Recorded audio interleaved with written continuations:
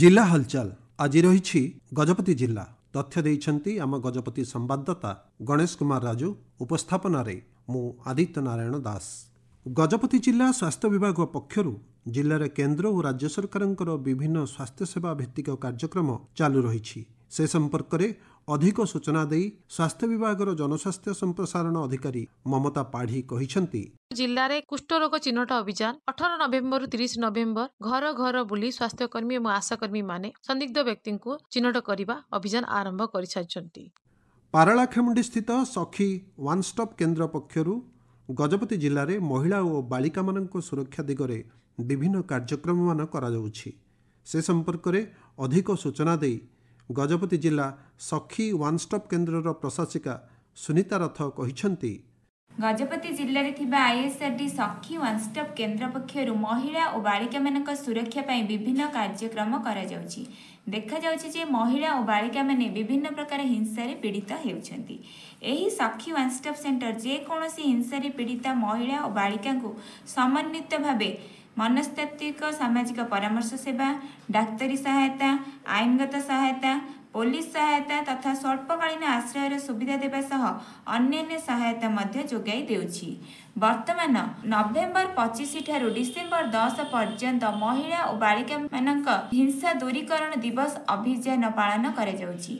समाज रे देखा जाउथवा लिंगभित्तिक हिंसार परिसमाप्ति करी एक संतुलित समाज गठन करबा यार मूल लक्ष्य उद्देश्य। सेथिपाई आमे समस्त मिसी सचेतन हेबा सह परिवार, ग्राम, पंचायत एवं ब्लॉक स्तर रे सचेतन कराई पेले आम जिला को आगामी दिन रे एक सुस्थ महिला हिंसा मुक्त जिल्ला रे परिणत करि परिबा। एबे शुणन्तु किछि संवाद संक्षेप रे आम संवाददातांक ठारू।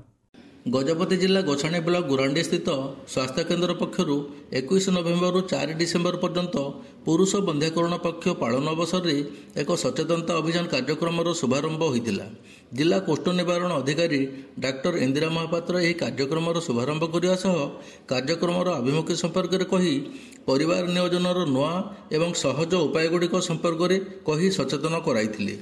गजपति जिला पारलाखेमुंडी स्थित आरसीटी प्रशिक्षण केन्द्र ठारे जिला स्तरीय विश्व मत्स्य दिवस पालन अवसर में मत्स्य और प्राणी संपद विकास विभाग पक्षर एक सचेतनता कर्मशाला अनुष्ठित होइछि। जिलापाल श्री विजय कुमार दास यही कार्यक्रम में जोगदे मत्स्य चाषी आय वृद्धि सह जल संपदर सुरक्षा, मत्स्य उत्पादन, मत्स्य चाष पर सरकार रही विभिन्न सुविधा और सहायता संपर्क में कही जिलार चाषी मैंने अधिकरू अधिक माछ चाष करने आगे आसवाक आह्वान करते। पारलाखेमुंडी स्थित गजपति जिला चिकित्सा और जनस्वास्थ्य अधिकारी कार्यालय सम्मेलन कक्षठारे विश्व एड्स दिवस पालन अवसर में विभिन्न सचेतनता कार्यक्रम अनुष्ठित होइछि। एही अवसर में एक सचेतनता शोभायात्रा कार्यक्रम अनुष्ठित होता। शोभायात्रा विभिन्न स्कूल कॉलेजर छात्र छात्री और स्वास्थ्य विभाग कर्मचारी सामिल रही विभिन्न सचेतनतामूलक प्लाकार्ड धरी जनसचेतन कराइथिले।